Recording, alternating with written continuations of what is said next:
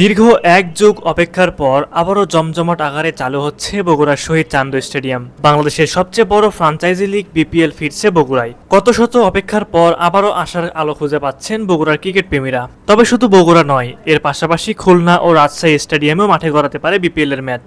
চলতি বছরের ডিসেম্বরে মাঠে গড়াবে বাংলাদেশ প্রিমিয়ার লিগ বিপিএল, এমনটি সিদ্ধান্ত নিয়েছে বিসিবি। দেশের সবচেয়ে জনপ্রিয় এই ফ্রাঞ্চাইজি টুর্নামেন্টের প্রস্তুতি শুরু হয়েছে ক্রিকেট বোর্ডের ভেতরে। বিসিবি জানিয়েছে এবার 5 বছরের জন্য দেওয়া হবে দলের মালিকানা, পাশাপাশি গভর্নিং কাউন্সিলে যুক্ত করা হবে দেশের বাইরের সদস্য। বিপিএল এর স্বচ্ছতা নিশ্চিতের জন্য এমন পরিকল্পনা বলে জানিয়েছেন পরিচালক ইফতিকার রহমান মিঠু। তবে সবচেয়ে গুরুত্বপূর্ণ বিষয়, ফ্রাঞ্চাইজি দলে যুক্ত হওয়ার প্রক্রিয়া ও প্লেয়ার ড্রাফট কবে হবে সেটি নিয়ে কিছুটা ধারণা পাওয়া গেছে। এদিকে ঢাকা, সিলেট ও চট্টগ্রামের বাইরে এবার আরো 3 ভেন্যু নিয়ে বিসিবির নজরে। গত বুধবার মিরপুর শেরেবাংলা জাতীয় ক্রিকেট স্টেডিয়ামে সংবাদ মাধ্যমের মুখোমুখি হন বিসিবি পরিচালক ও বিপিএল এর গভর্নিং বোর্ডের চেয়ারম্যান মাহবুব আনাম।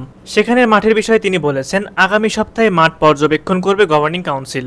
যে মাঠগুলো আইসিসির নির্দেশনা পূরণ করতে পারবে সেই অনুপাতে বিভিন্ন ভেন্যু দেখব, কিংবা কিছু ঘাটতি থাকলেও সেগুলো যদি আগামী 4-5 মাসে পূরণ করা যায় তাহলে সেটিকেও আমরা ভেন্যু হিসেবে কাজে লাগাতে পারবো। যত মাঠে আন্তর্জাতিক খেলা হয়েছে সব মাঠ আমাদের বিবেচনায় থাকবে। বগুড়া, খুলনায় হয়েছে, এর বাইরে বরিশাল ও আমাদের নজরে রয়েছে।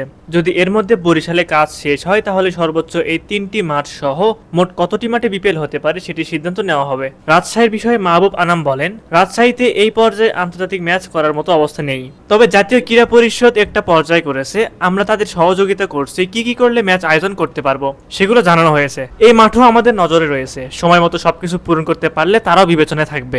খেলোয়াড় নিলামের বিষয়ে মাহবুব আনাম বলেছেন, প্রথমত আমরা একটা টাইমলাইন করেছি। ড্রাফটটা আমরা মনে করি অক্টোবরের আগে হবে না, কারণ আমরা যদি দেখি আমাদের যে সময়টুকু রয়েছে, যেভাবে বলেছি স্পোর্টস ম্যানেজমেন্ট কোম্পানিকে আগস্টের মধ্যে যদি শেষ করতে পারি, এরপর ফ্রাঞ্চাইজি দল যুক্ত করার প্রক্রিয়া যাব।